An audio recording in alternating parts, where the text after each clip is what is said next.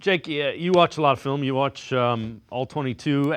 When you look at the preseason, what concerns you the most with the Browns? I know it's a couple games deep. You're getting ready for the third, but is there anything that you watch and you're like, yeah, that's not great?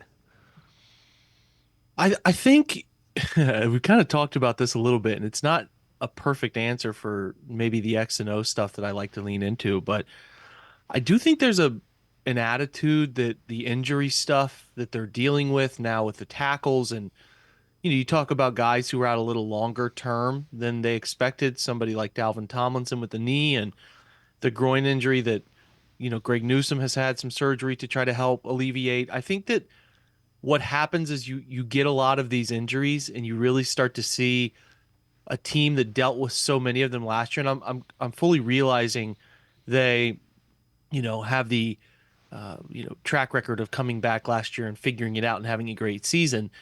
But it does get to be really draining after a while to have large portions of your roster out with injury and trying to install offense and trying to do all these different things they're trying to do this year and many other elements of like answering the questions about injuries all the time and the general vibe of like having your best guys on the field as often as you can to be the best version you can. I think that's the biggest thing where I like you're kind of doing the it's not great angle. It's not something that they can necessarily control every aspect of, right? Like you can't control when somebody falls into your ankle or leg whips into your knee. Like there's that freak element here, but there's just some unlucky stuff happening too.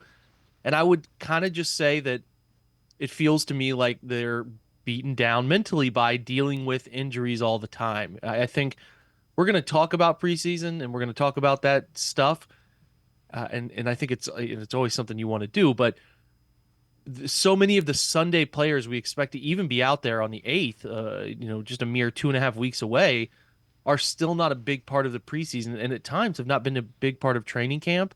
So I'm not necessarily saying they're punting on this time of year. It feels to me like the energy about it, the desire to make it super competitive all the time has sort of been like drained out of their ability to do that because of the injuries.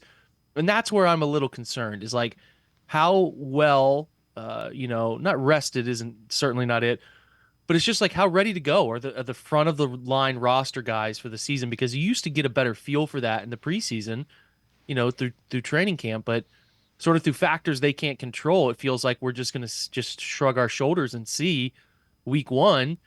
And to be honest, they might even end up spending the first 4 weeks like really getting ramped up and being on the same page and having all cylinders ready to go, which is a bit of a concern because it's two ways to look at it. The first part of the schedule, I think you would agree with me, is easier than the back half. That's for certain, but they have a lot of pressure to win those early games. So that element of both ends of the knife there are in play. So tricky stuff, and certainly things that you wouldn't expect to be talking about a ton right now are sort of in their lap, and you can see the vibe of like that's wearing on the collective group, the coaching staff, and beyond of just trying to navigate how we get a team ready, how we install these things, and we're trying to also keep guys healthy. It's just a challenge right now.